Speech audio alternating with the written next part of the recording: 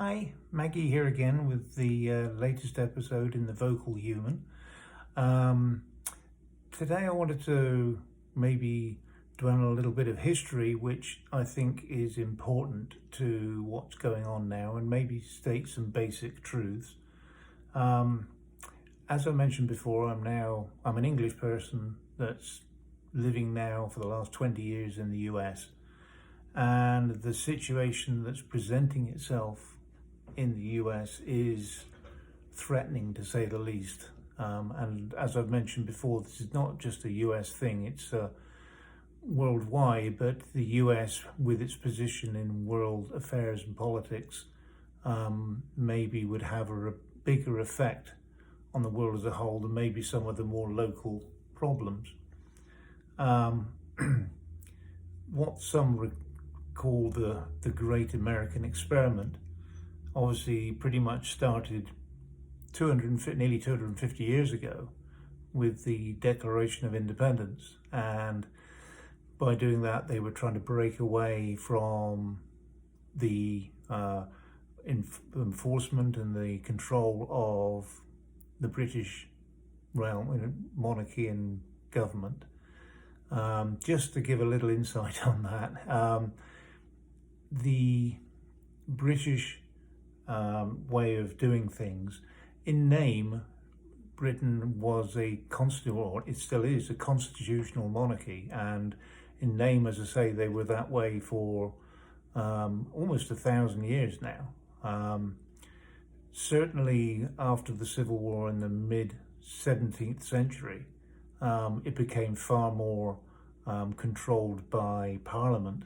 And at the time that the US broke away from Britain, the monarchy still had a good deal of control.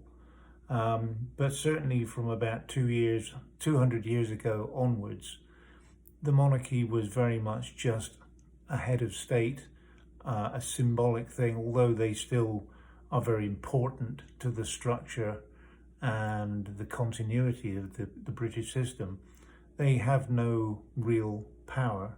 And it's interesting how maybe the American perception of the British, just because we still have a monarch, is that we are still ruled by the monarch. But in fact, that's not been the case for a long time. The British are naturally quite reserved, but you back them into a corner and we'll come out fighting. So, we've got a way of dealing with things when we really have to. But going back to the Declaration of Independence, if you don't mind, I'm going to quote from it because I want to get it exactly right. But it basically, the most important parts of it, it says, "We hold these truths to be self-evident, that all men," and to update it a little, I'll paraphrase that and say that all people are created equal, that they are endowed by their Creator with certain unalienable rights, that among these are life, liberty, and the pursuit of happiness. Now, those were written as part of the bedrock of the Great American Experiment, as I say, nearly 250 years ago, and those were incredibly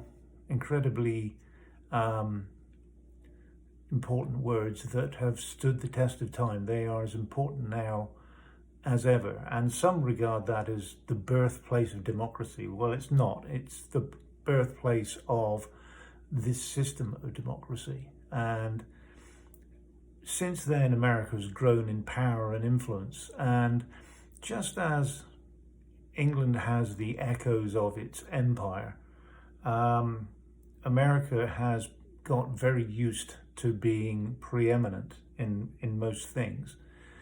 And with that comes a complacency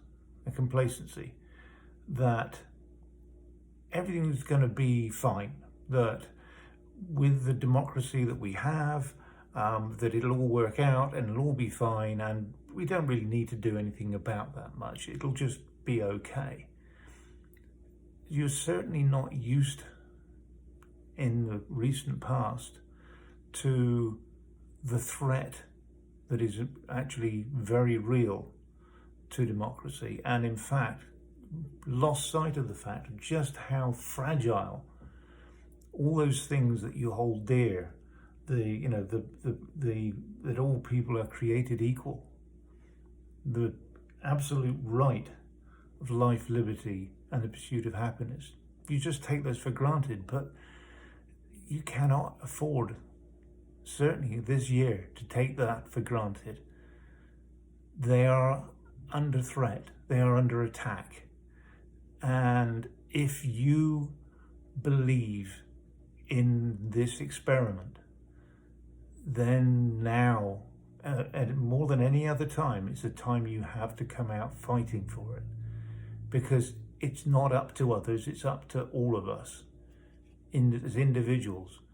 And we've all got ability to do different things. I'm a permanent resident here, so unfortunately I'm not allowed to vote. But the things I can do to help are maybe by doing things like this, these videos, just to raise the alarm for people and make them realize just how important it is to vote. Things I can do is I can maybe make contributions, whether it's monetary or time, to helping people achieve the goal of protecting democracy. And whether that's supporting a local politician or the overall politicians, it's important. And as I've said in videos before, I don't want to tell people what they should do. I want to provide the facts and let people make up their own mind. They can do whatever they wish. That's the bedrock of democracy. But the point is, that's it. It's democracy. We all have got used to and assume that our democracy will be there whenever we want to pick it up and use it. But if we don't protect it now, when we want to take advantage of that democracy and its system, it may not be here to protect us.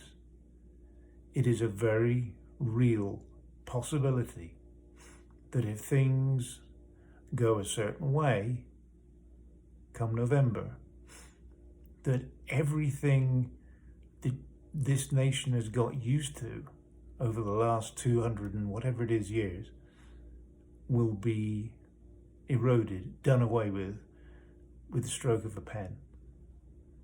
All those liberties, all those freedoms, all those rights will no longer be there. And all those things that you look at and see in other nations that you think could never happen in the US, they could very well happen if we just do nothing. We unfortunately saw the barbaric killing of Navalny in Russia very recently, and he had the courage to stand up against the system that was persecuting everyone, and he gave his life to tell other people not to give up. We cannot give up. Currently, we've got a system that protects us and enables us to speak out and protest and do things to avoid it. But if we're not careful, we won't have those protections either, and we could be facing similar sanctions for just having an opinion, for just wanting to be ourselves, and find ourselves told to shut up, imprisoned, or worse. And you may think that that's impossible in the United States, but don't be fooled. It isn't.